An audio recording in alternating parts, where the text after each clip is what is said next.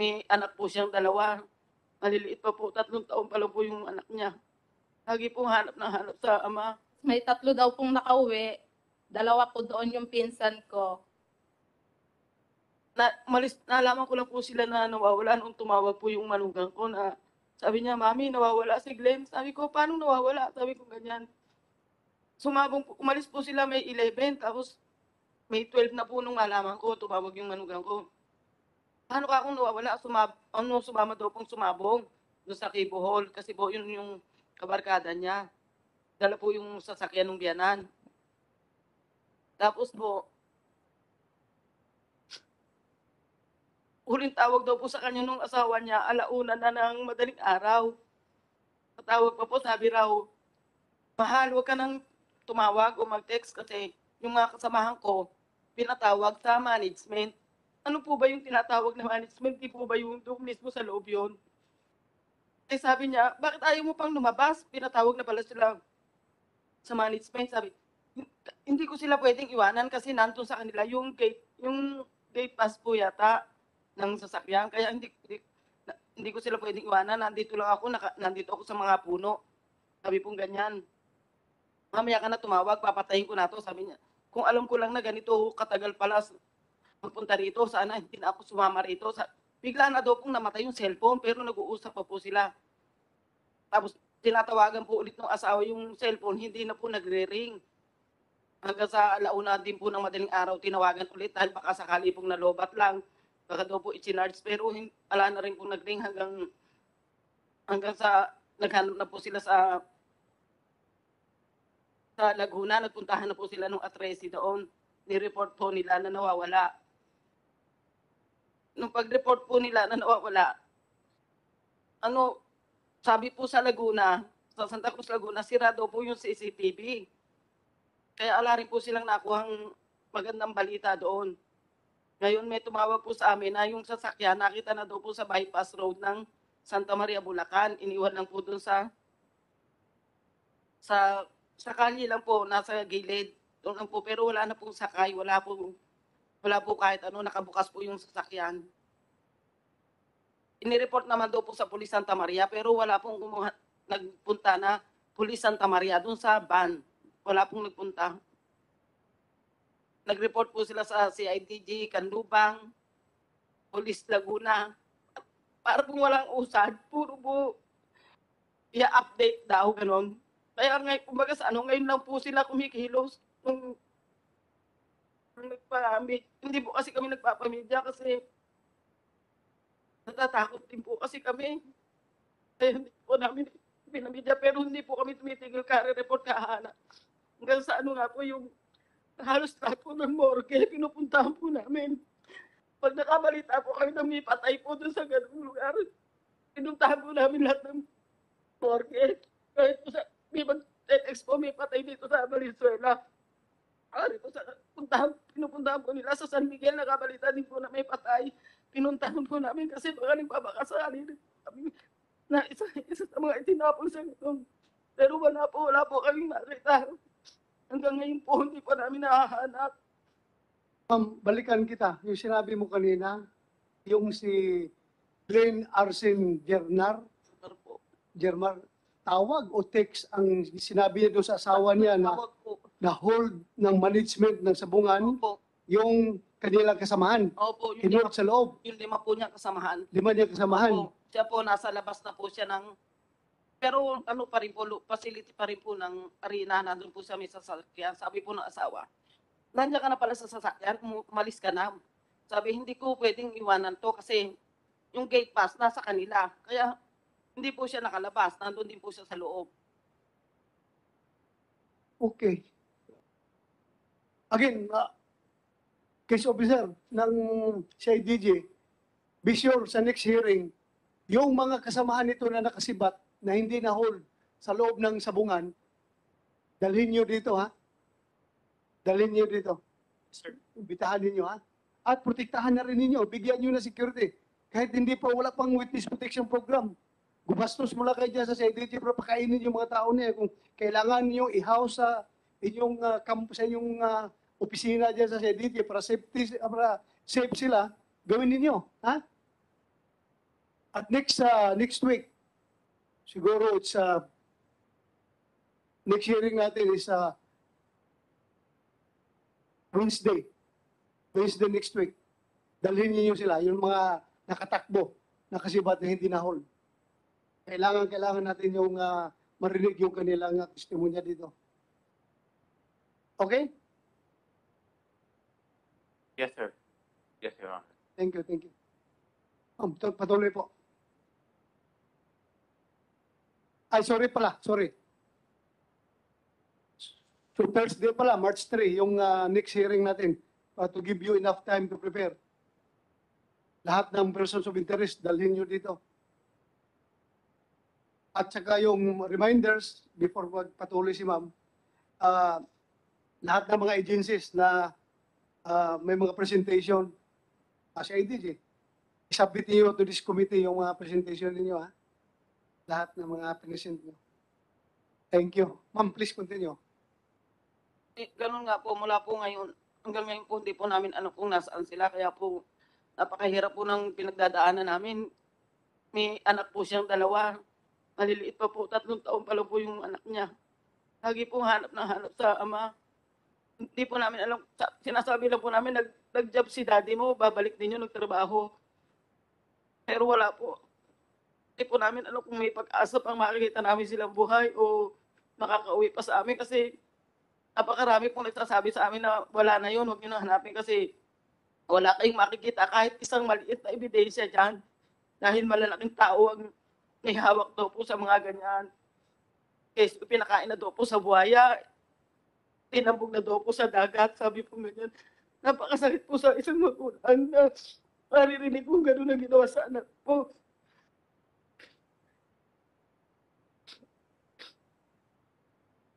Eh, sana po kung sino man po may hawak sa anak namin, sana ibalik niyo na po sila. Sobrang hirap na po pinagdadaanan namin. Salamat po. Thank you. Napakasakit naman yan, pinapakain sa buhaya. Hindi ko lang maisip talaga kung gaano ka-heartless itong mga tao na ito kung totoong pinakain sa buhaya. Ay, nako. Hindi ko ma-imagine bakit ganun.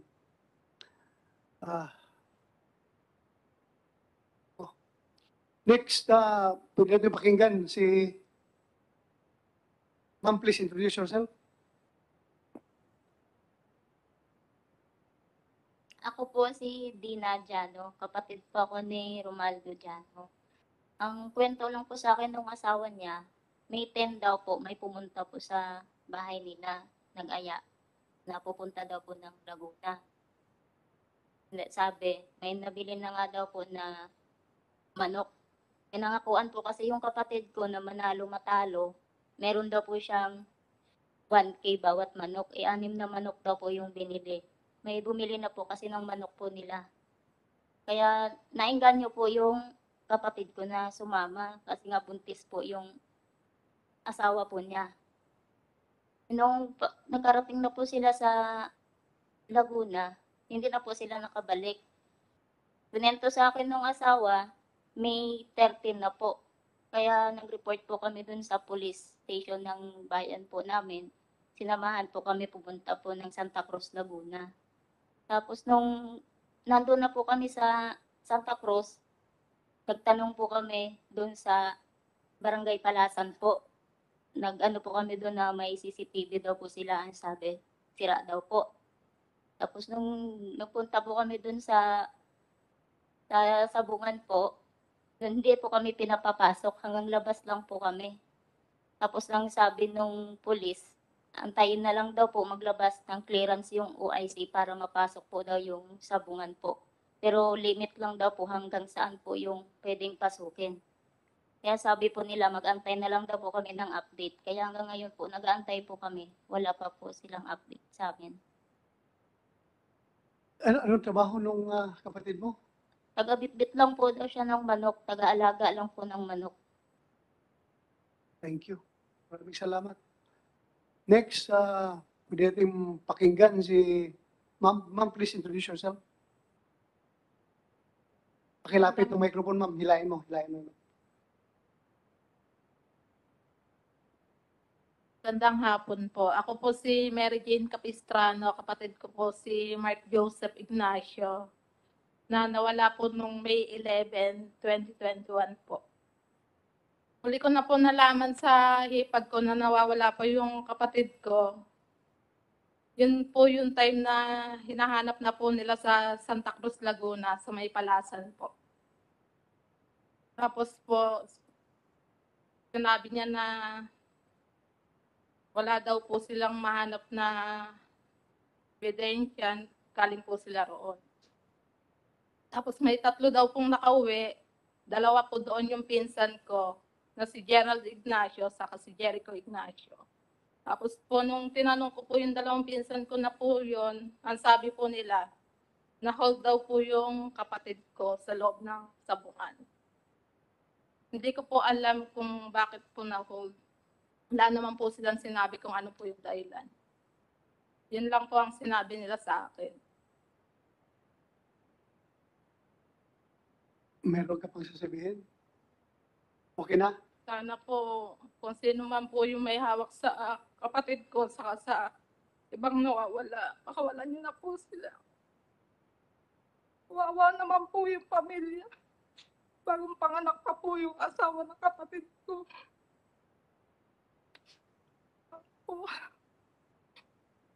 Thank you. Maraming salamat po.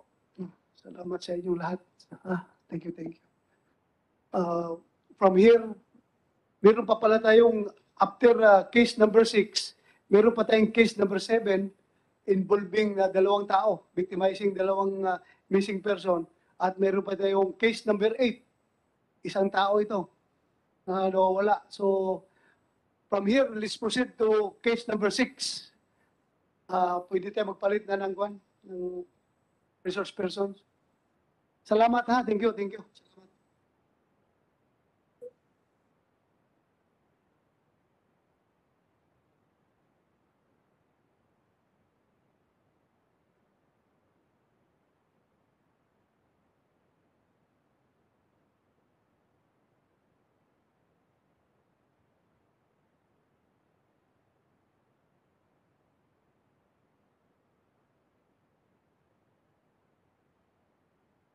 Habang nagpre-prepare yung mga resource persons natin, please proceed. Case update.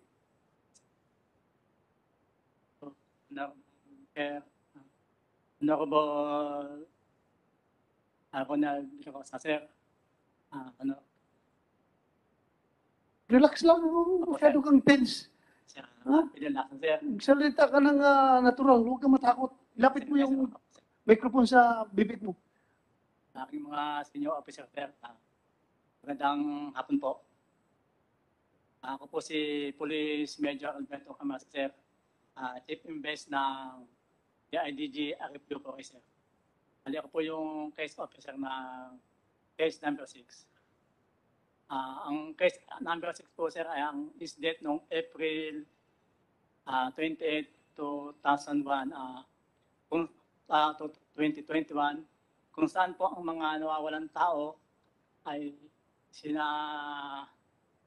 Michael Bautista, Jason Amoroto, Domingo Carable, and Erlindo Tajo. Bali sir, ang background po nito sir na noong April 26, ang alas 8 po ng mga pasyente ng gabi, ito po ay pumunta po doon po sa may Santa Cruz, sa may United Association Traffic Owners and Operator of Philippines Incorporated. So, ito po yung, yun po yung...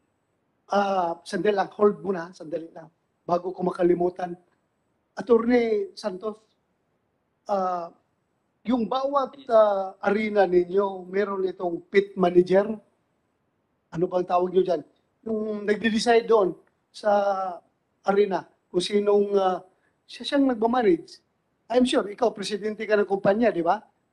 Yung bawat, yung sa Manila, yung sa Lipa, at saka yung sa Santa Cruz, Laguna, may kanya-kanyang manager yan, di ba? Yes, Mr. Chairman. Kumsek, yung mga manager na yan, including lahat ng kanilang mga security guards, bitahan natin.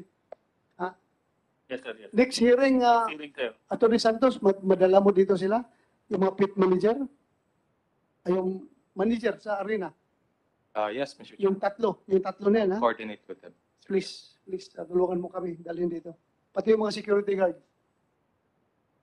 Aside kung meron kayong, kung pwede ko ba malaman kung aside sa uniform, yung mga blue guards, meron ba kayong ibang security personnel doon sa mga arena na yan? Yung hindi na kayo uniforme, ha? Aside from the blue guards. As far as I know, Mr. Chairman, only those uniform personnel. Uniform. Yes, Mr. Chairman. But siya DJ, find out niyo kung merong security sila na hindi blue guards, isama ninyo sa invitation. Yes, sir. Thank you. Please, go ahead. Bali, matuloy ko na po, sir. Yung pong gabi ng April 26, mga resort, sir. Ito siya mga apat na nawawalan taong ito, sir. Ay sa utos ng isang Brandon Retusto, bali ito po yung financer, inutusan po itong apat na to na dumayo po ng 8-Cac Derby, doon po nga po sa Santa Cruz sa may Barangay Palasan. Nasaan na ito? Ito financial right na sinasabi mo. Bali, ito sir yung aming kinasuhan sir ng obstruction of justice, sir. Ha? Ito po yung aming kinasuhan ng obstruction of justice, sir. Why?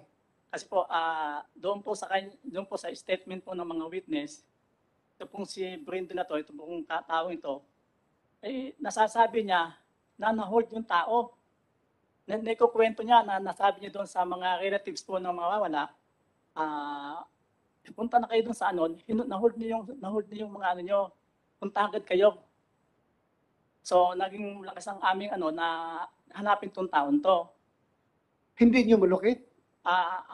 Hinanap po namin sir to, ang nalukit namin sir ang bahay nito ay sa sa Barangay Linga, Calamba City, sir, sa Laguna. Kumuha po kami ng proof ng residency niya na binibigay po naman ng kapitan na kay kamag-anak niya na talaga siya taga doon. Ngayon po sir, ay sinipunahan po namin siya para mapilitan namin siya mapalitaw o mapalabas. Sumalit sir, sa kabila ng aming pag-serve ng Sipuena, na-receive po naman ng kapatid niya, meron po naman kaming copy sir noon. Hindi po siya sumipot. Kaya ang nag-remedy na lang namin sir para magkaroon kami ng holdings ay idemanda po siya ng obstruction of justice, sir. So, yun po ang naging first move namin sa kanya, sa kasong ito po, sir. Pero aside sa coercion through filing case, gamitan rin yun na persuasion. Baka kulang lang ito sa takot ito lumabas, pagkatakot ito lumabas, sabihin nyo na may security ka, bibigyan ka namin ng security. Sabihin mo yung mga kapatid, bibigyan ka namin ng security para lumabas. Kung hindi po siya madidisgrasya, bigyan nyo na assurance. Baka lalabas yan. Opo, sir. Pupuntahan po namin yung mga relatives niya sa... So siya pala ang una nagbalita sa pamilya ng mga nawawala na na-hold yung mga missing doon sa loob ng Santa Cruz Arena. Yes, sir. Opo. May tuloy ko lang po, sir. Ang hindi po pangkaraniwan doon sa pangyayari, kung bakit sinabihan pa yung isang relatives ng na buhay mo yung ating conversation at palitan mo yung password ng messenger ng husband mo. Kaya sir, medyo kami, bakit ganun siya? Kaya ginawa namin siyang parang pairs of interest para siya mapatugan namin siya. Ayun po, sir. Kaya nga, para mabigyan lidaw, talagang hanapin niyo yan. Hanapin niyo, ha? Yes, sir. Ngayon po, sir, aside pa sa aming pag-apply, sir, continuous po ang investigation namin. Meron po kami 3 personnel employee doon po sa Sabungan na aming sinipuena. Yung si Dick Ulanyo, Tessa Garcia, at si Josel Manggubat. Ito pong si Dick Ulanyo, ito po yung binabanggit ni Brandon, yung pong aming dinemanda na sinabi sa mga relatives puntahan nyo agad itong sabungan, hanapin nyo si Dick Ulanyo. Yun po ang sabi. Bakit daw? Sa akin pong pagka-assess, si Dick Ulanyo po ang pwede lang ang nakakaalam sa pangyayari. So, naimbitahan ninyo, pumunta. Sinipunahan po namin at nung unang punta po namin doon po sa sabungan, nakausap po namin ng bagong OIC, si OIC si Mapranca, ay ang sabi, yung pong tatlong hinahanap namin ay na-reassign na. Subalit hindi po naman ma-determine kung saan siya na-assign. Hindi kayo nagdududa. Ano ba na? Ganun nakababaw yung pag-imbestigador mo. Hindi ka nagdududa. Bakit kung kailan ninyo inimbestigahan saka nawala yung tao? Nilipat nila. Yes, yes. Investigative ba? Apo. Mind, di ba? Magdududa ka bakit pinalis? Mag-cooperate sila sa investigation. Pinapalayas yung mga tao na gusto nating imbestigahan. Ano niyo? Hindi kayo nagdududa. Nagdududa na sir kasi yung isang sinasabi niya Cesar Garcia na sinasabing inireassign sa Manila ang Catholic Arena sir, pinuntahan sir namin. Ang nangyari sir, kausap namin yung chief in charge doon na nagpakilalang si Ronel Brillo Custodio, ay ang sabi, ay na-transfer na rin daw at hindi nila alam sir. Naku, pinapasa-pasa na lang kayo. Yes sir, matuloy ko lang po sir. Sige. Kinabukasan po sir, magkakaroon sana kami ng case conference sir, sa SITG. Lumutang po yung abogado. Sino abogado? Yan po sir. Si Atty. Ernest Labanza po sir. At nire-represent niya yung tatlo.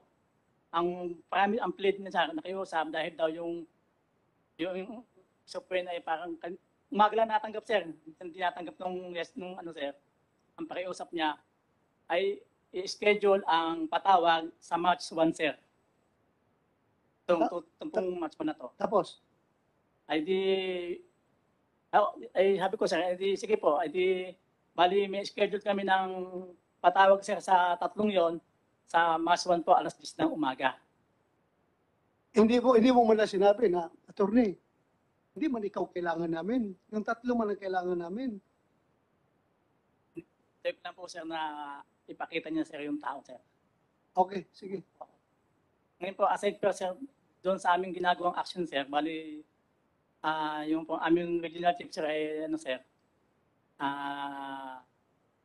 nag-request na rin po kami sa pamamagitan niya ng mga, yung pong sinasabi ng PO Laguna, yung pong mga list ng gwardiya, participant po ng entry nung araw na yun, at saka po yung CCTV footage ng MEDS noong April 28, 29 na mabigyan kami. Bali, yung pong aming susunod na titingnan, sir. Ayun po, sir, sa update po ng case number 6 po.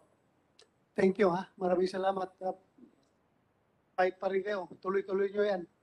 So let's go to the wife of Michael Bautista. Ma'am, please. Magandang hapon po. Ako po si Lani Bautista, asawa po ni Michael Bautista. Niya po nung April 26 po, 2021, nagpaalam po siya na aalis dahil magsasabong po sila. Bali driver lang po siya nung van na service nila papunta pong Santa Cruz, Laguna. Tapos 8-car derby daw po yung lalabanan nila. Bali 2 days po yun. Tapos dapat po April 28 ng gabi, nakauwi na po sila noon. Pero hindi po sila nakauwi hanggang ngayon po. Tapos nung April 28 ng gabi, bali tumawag yung asawa nung amo nila na si Brindon sa bayaw ko, na ang sabi niya, na-hold yung grupo nila, hindi pa sila makakauwi kung sa ngayon. Pero konting tanungan lang naman daw po yun, tapos makakauwi din. Di nagtanong yung bayaw ko, bakit po na-hold, ano pong dahilan? Sabi po, parang hindi klaro kung ano yung dahilan nila. Basta parang nagkaroon daw po ng konting problema. Kaya na-hold, di sabi po, ganun. Pero wag daw kami mag-alala kasi konting ano lang naman daw po, mapag-uusapan na. Tapos sabi, papunta na din daw po ng Laguna yung asawa niya, yung amo po ng... Hindi niya tinanong kung sino nag-hold. Hindi po, wala po silang sinabi po. Basta na-hold. Opo, yun lang po yung sinabi na na-hold. Kaya nagtataka po kami, ang tanong namin, bakit po na-hold? Ano po yung naging problema? Kaya ang sabi po nila, may konting tanungan lang daw po doon tungkol sa laban, pero hindi naman po nila klaro kung ano po yun. So meaning, ang nag-hold, mga taga Sabungan. Sabungan po, yun po. Tapos, ilang minuto lang naman po nakausap ng bayaw ko yung asawa ng amo nila. Na ano na po, na kinabukasan po, maaga-maaga, tinawagan ako ni Brindon na sabi niya, pumunta na daw kami doon sa Sabungan habang maaga pa, habang may oras pa na, para kausapin daw po namin yung Dick Olanyo po, doon daw po sa office sa loob ng Sabungan. Ano pala? Dick Olanyo po. Kasama ba ito sa sinapina nyo? Apo, sir, apo. Siguruhin nyo, madala nyo yan dito next hearing. Itahan natin. Yes, sir. At tapos po, sabi ko po, bakit po kami yung kailangan pumunta na Sabungan? Kala ko po ba, sabi nung asawa nyo, nandyan na kayo, pumunta kayo kagabi. Sabi niya, para daw, kausapin din namin yung taga-management para daw po makalabas na yung mga asawa namin. Sabi ko, bakit po ako yung makikipag-usap? Ikaw po yung amo. Ano po yung kailangan na kausap sa akin? Ba't ako yung kakausap? Ano pong alam ko dyan? Wala po akong alam tungkol sa sabong. Yan sabi niya, basta po pumunta kayo ng Sabungan, hahanapin nyo lang tong Dick Olanyo, sabihin nyo lang sa guard para papasukin kayo. Tapos pumunta po kami agad-agad, April 29 po. Nakarating po kami doon mga 7 to 8 a.m. po. Pinapasok naman po kami sa loob ng Sabungan dahil nung sinabi po namin yung taong hinahanap. Totoong tao yung sinabi niyan, Dick Olanyo, kasi nung sinabi namin, pinapasok po kami. Tapos nung may nagtatanong na kami na asan po yung office, asan po yung mga ganito, doon na po sila nagsimulang hindi na sila sumasagot. Wala nang umaano sa amin. Tapos nagsunod-sunod na lang yung mga tingin nila, mga naka-black po na polo shirt. Tapos na may nakatatak sa likod ng security. Ulitin mo nga, ano? Ano yung sinabi mo, naka-black? Naka-black po ng polo shirt, parang uniform nila ng security. Sinong nagsabi niyan? Hindi, yun po yung nasa loob po ng Sabungan. Loob ng Sabungan, Opo. naka-black. Opo. May tatak na security sa likod. Opo. Sige. Tapos po yun, nagtitingin-tingin na kami, sabi po, kausapin namin yung OIC doon sa kahit sino po yung lapitan namin, wala pong nagsasalita, parang tikom sila, sabihin nila, wala po nangyaring ganyan, hindi po namin alam yan. Tapos nung tinatanong namin yung tao na Dick Olanyo kung nasan, wala daw po doon, nasa Cavite daw po. Hindi daw po nila, wala na daw po doon sa loob ng Sabungan. Tapos kausap ko pa po yung amo nila na si Brindon, sabi ko, sir, wala po dito yung sinasabi yung tao, paano po ba to? Nasaan po ba kayo? Kasi sabi niya, susunod daw po siya doon para tumulong siya na kausapin namin yung sa management ng Sabungan para po makalabas ng mga tao. Hanggang puro lang siya chat, hanggang sabi niya nasa Batangas siya, tapos nasa Calamba siya, hanggang sa umabot yung maghapon namin sa Laguna, hindi po siya sumipot. Kaya po napapaisip kami na baka may alam siya talaga kung bakit nawala yung mga tao niyang pinapunta ng Sabungan. Kasi simula po nun din na po siya nakipagtulungan sa amin. Tapos parang inaano nung asawa niya na nawawala na din yung asawa niya na si Brindon po. Sabi ko, pero kung nawawala po yan, ba't hindi po kayo nakikipagtulungan sa amin? Hindi rin po kayo sumasama na mag-report kung talaga pong nawawala yung asawa niyo. Kasi unang-una po kayo dapat